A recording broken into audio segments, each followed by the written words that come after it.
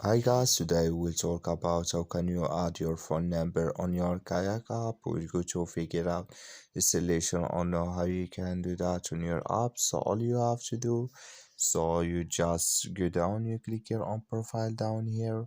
So then it's going to take us here in this list. Then all you have to do, just click here on account. So then you come to this list. Then all you have to do, you just click here on phone number. Then you come to this list and here you add your phone number here.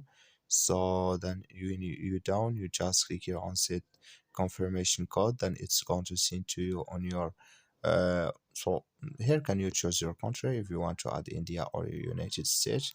You add your phone number, then you click on set confirmation code. Then uh, it's going to send for you. Then add it, then it's going to change or add your phone number. That's all. Thank you for watching. Don't forget to support us by liking, subscribe.